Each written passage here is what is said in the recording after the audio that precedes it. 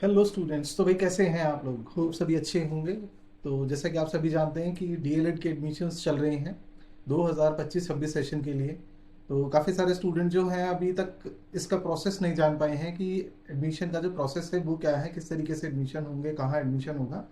तो उसी के बारे में वीडियो है और आज इसके डिटेल्स हम आपको साथ शेयर करेंगे। इससे पहले बताना चाहेंगे कि हम लोग हरियाणा में डीएलएड एडमिशन्स करवाते हैं। अगर कोई स्टूडेंट हरियाणा से डीएलएड करना चाहता है तो वो हम लोगों के थ्रू कांटेक्ट कर सकता है। हरियाणा में कोई एज लिमिट नहीं है, तो किसी भी एज का स्टूडेंट जो है वो वहाँ एडमिशन ले सकता है। प्लस वहाँ पर कोई भी किसी तरीके का इंट्रेंस नहीं है, तो वहाँ पे सिर्फ आपके 12 में 50% होनी चाहिए और एडमिशन हो जाएगा। तो वीडियो आगे शुरू करते हैं और एक बारी एडमिशन प्रोसेस देखते हैं कि यहाँ दिल्ली में एडमिशन प्रोसेस अभी जो है वो फिलहाल क्या चल रहा है। तो सबसे पहले जान लेते हैं कि भाई डीएलएड होता क्या है। डीएलएड आपका 2 साल का डिप्लोमा इन एलिमेंट्री एजुकेशन का एक प्रोग्राम होता है जो जूनियर टीचर्स होते हैं या फर्स्ट टू फिफ्थ या 6 to 8 तक के जो टीचर्स होते हैं प्राइमरी स्कूल्स के लिए, उनके लिए डीएलएड करना कंपलसरी है। तो जो स्टूडेंट डीएलएड करके आ रहा है आफ्टर 12th वो डायरेक्टली गवर्नमेंट जॉब के लिए एलिजिबल हो जाता है और उनका सीटेट या टेट का एग्जाम देने के बाद। ठीक है। इसका एलिजिबिलिटी क्राइटेरिया क्या होता है? तो इसमें सबसे पहले आपका 12th के अंदर 50% मार्क्स होने चाहिए। ठीक है, चाहे वो आर्ट्स हो, कॉमर्स हो, साइंस हो, कोई भी हो चलेगा। 50% से कम है तो एडमिशन नहीं होगा, लेकिन 5% की रिलैक्सेशन मिलती है जो स्टूडेंट SC ST कैटेगरी से बिलोंग करते हैं। लेकिन ये क्राइटेरिया सिर्फ आपको विद इन स्टेट ही मिलेगा। अदर स्टेट्स के अगर आप स्टूडेंट है, फॉर एग्जाम्पल अगर आप दिल्ली में रहते हैं और हरियाणा में एडमिशन लेते हैं तो आपको रिलैक्सेशन नहीं मिलेगी। लेकिन अगर आप दिल्ली के लिए फॉर्म भर रहे हैं और दिल्ली में ही रहते हैं तो आपको 5% की रिलैक्सेशन मिलेगी। मतलब जो कोटा है वो सिर्फ स्टेट के लिए वैलिड होगा, अदर स्टेट के लिए वो वैलिड नहीं होता है। दिल्ली के लिए जो मिनिमम एज रखी गई है वो 17 to 24 रखी गई है। तो 24 साल तक के जो स्टूडेंट है सिर्फ वही फिल कर सकते हैं। लेकिन अदर स्टेट्स में ये लिमिट जो है ये 35 तक भी है और किसी किसी स्टेट में तो लिमिट है ही नहीं। आप जो चाहें जब चाहें आप अपना डीएलएड का कोर्स जो है वो कर सकते हैं। आगे चलते हैं। एडमिशन की टाइमलाइंस जनरली जून के आसपास जो है, मई जून में एप्लीकेशन स्टार्ट हो जाती हैं। अभी जैसे 8 जून जो है वो दिल्ली के लिए डाइट एडमिशन्स की लास्ट डेट है। और उसके बाद जो है आप इसकी एग्ज़ाम आएगा, आपको एग्ज़ाम कुछ जो है वो देना होगा, ऑनलाइन एग्ज़ाम होगा। कुछ स्टेट्स में एग्ज़ाम होता है, कुछ में नहीं होता है। हरियाणा में कोई एग्ज़ाम नहीं होता है, डायरेक्ट आपकी 50% के ऊपर अगर है तो आप एलिजिबल है एडमिशन के लिए, वहाँ एडमिशन हो जाता है। उसी के बेसिस पे मेरिट लिस्ट बनती है। दिल्ली के अंदर जो मेरिट लिस्ट बनेगी वो आपके एंट्रेंस टेस्ट के बेसिस पे बनेगी। आपका एंट्रेंस टेस्ट किस तरीके का गया है, क्या परसेंटेज आपने उसमें स्कोर किया है, उसके बेसिस पे यहाँ पे एडमिशन होते हैं। अराउंड आप मान के चलिए दिल्ली के अंदर 1000-1500 के आसपास सीटें हैं, तो कंपटीशन थोड़ा सा टफ होने वाला है। तो सितंबर अक्टूबर के आसपास इसका सेशन माना जाता है कि भाई सितंबर अक्टूबर के आसपास जो है इसकी क्लासेस वगैरह जो है वो स्टार्ट हो जाएंगी। लेकिन जो भी प्रॉस्पेक्टस है, प्रॉस्पेक्टस को देख के चलिएगा, क्योंकि इसमें आपका डॉक्यूमेंट वेरिफिकेशन भी है, एग्जामिनेशन भी है और फिर ठीक है सेशन भी शुरू होना है। तो काफ़ी सारी चीज़ें हैं, तो वो स्टेट टू स्टेट वेरी करती हैं। आगे चलते हैं। डॉक्यूमेंट्स क्या क्या चाहिए होते हैं? तो डॉक्यूमेंट्स में आपको 10th की मार्कशीट चाहिए, सर्टिफिकेट चाहिए, 12th की मार्कशीट सर्टिफिकेट चाहिए, आपका आधार कार्ड चाहिए, डोमिसाइल सर्टिफिकेट चाहिए। अगर आप किसी तरीके का कोई भी कोटा लगाना चाह रहे हैं SC ST OBC का, तो वहाँ पे आपका डोमिसाइल सर्टिफिकेट होना चाहिए, कास्ट सर्टिफिकेट आपका होना चाहिए, आपके पासपोर्ट साइज फोटोग्राफ्स होने चाहिए, आपका सिग्नेचर होना चाहिए। माइग्रेशन सर्टिफिकेट कभी कभी रिक्वायर्ड होता है, कभी नहीं होता है, क्योंकि डिप्लोमा कोर्सेज के लिए मैक्सिमम जो है वो माइग्रेशन सर्टिफिकेट नहीं चाहिए होता है। लेकिन फिर भी आप अपने स्कूल से कलेक्ट करके रखिएगा, हो सकता है इन फ्यूचर आपको रिक्वायरमेंट आए उसकी।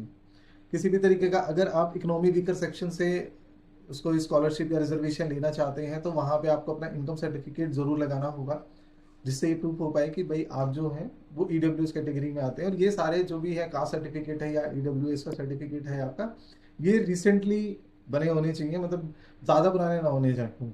ठीक है, कि पता लग रहा है आप 2-3 साल 4 साल पुराने आप सर्टिफिकेट्स लगा रहे हैं, तो वैसा नहीं चलेगा। जो रिसेंट बने हैं वही सर्टिफिकेट यहाँ पे यूज करेंगे। ठीक है, आगे चलते हैं।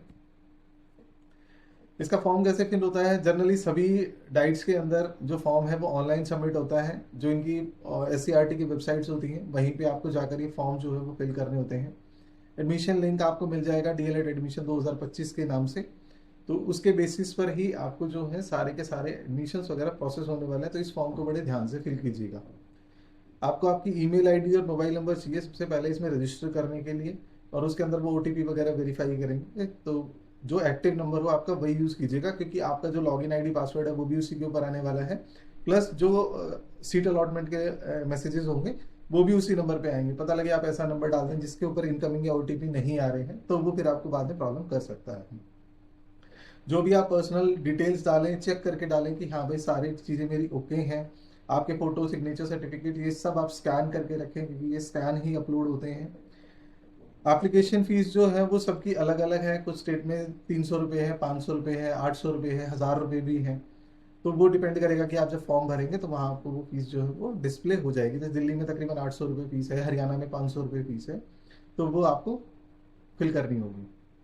फीस सारी सब कुछ ऑनलाइन सबमिट होता है, कहीं फिजिकली आपको किसी बैंक में जाके जमा कराने की जरूरत नहीं है। आप ऑनलाइन भी सारी फीस वगैरह सबमिट करा सकते हैं।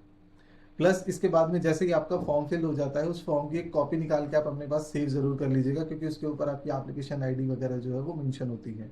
तो वो भी आप सेव करके रखिएगा, और अपना यूजर आईडी पासवर्ड भी सेव कर लीजिएगा, क्योंकि जब आप सीट अलॉट हो जाएगी तो वहां से आपको अलॉटमेंट लेटर निकालने के लिए वो काम आएगा, तो वो बहुत जरूरी है, तो उसको भी आप सेव करके रखिएगा। एडमिशन जो है वो ज़्यादातर मेरिट के बेसिस पे होते हैं और एंट्रेंस के बेसिस पे होते हैं। कुछ डाइट्स में डायरेक्ट मेरिट बनती है। डायरेक्ट मेरिट का मतलब होता है वहाँ आपका कोई एंट्रेंस नहीं होता है, बिना एंट्रेंस के ही आपकी जो 50% मार्क्स के अकॉर्डिंगली जो 12th में आपके नंबर आए हुए हैं उसके बेसिस पे वो मेरिट लिस्ट तैयार कर देते हैं। और कुछ डाइट्स में होता है, जैसे बिहार में भी है, यूपी में भी है, हरियाणा में, राजस्थान में, वहाँ पे एंट्रेंस टेस्ट होता है। तो एंट्रेंस के बेसिस पे जो आप स्कोर करते हैं, मार्क्स आएंगे आपके, उसके बेसिस पे मेरिट लिस्ट तैयार होगी, और उस मेरिट के बेसिस पे आपको एडमिशन जो है वो मिलेगा। ठीक है, आगे चलते हैं। सारे के सारे डॉक्यूमेंट्स आप अपने जो है वो स्कैन फॉर्मेट में रखिएगा, जेपीजी या पीडीएफ में। जनरली वो ये यूज करते हैं। ठीक है, जो भी एडमिशन नोटिस है उसको ध्यान से पढ़िएगा कि उसमें कौन कौन सी डेट्स आपको दी गई है, कौन से डॉक्यूमेंट्स आपको अपलोड करने हैं, और उन डॉक्यूमेंट्स के साइज क्या है। वो साइज भी बहुत मैटर करते हैं। अगर साइज गलत होगा तो बहुत सारे डॉक्यूमेंट्स जो है वो आपके अपलोड नहीं होंगे, और वो बार बार आपको चेंज कर करके डालने पड़ेंगे, तो बड़ी दिक्कत आएगी। तो उसको आप ध्यान से पढ़ें। जो भी एडमिशन आप लेना चाह रहे हैं जिस भी एससीईआरटी के थ्रू, उसकी ऑफिशियल वेबसाइट पर ही जाएं। अदरवाइज किसी और वेबसाइट पर जाकर फॉर्म फिल नहीं करें, क्योंकि आप कहाँ फॉर्म फिल कर देंगे आपको खुद नहीं पता लगेगा। पता लगेगा कोई स्कैमर और फेक वेबसाइट पे आप जो आपका रजिस्ट्रेशन जो ले रहे हैं।